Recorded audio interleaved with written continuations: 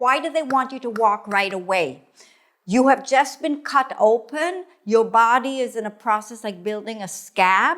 There's a certain type of very loose fascia that is process number one of the body creating adhesions and kind of starting the repair process.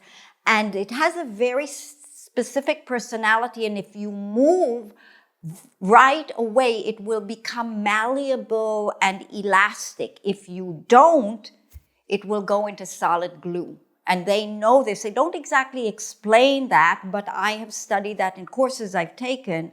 That is why now they want you moving right away after surgery, or even if somebody who had a gallbladder removed, they wanted them up and walking right away so nothing gets too tight, too hard, too stiff in the body. It changes the trajectory of how the body heals and the program it puts into place. Very, very important.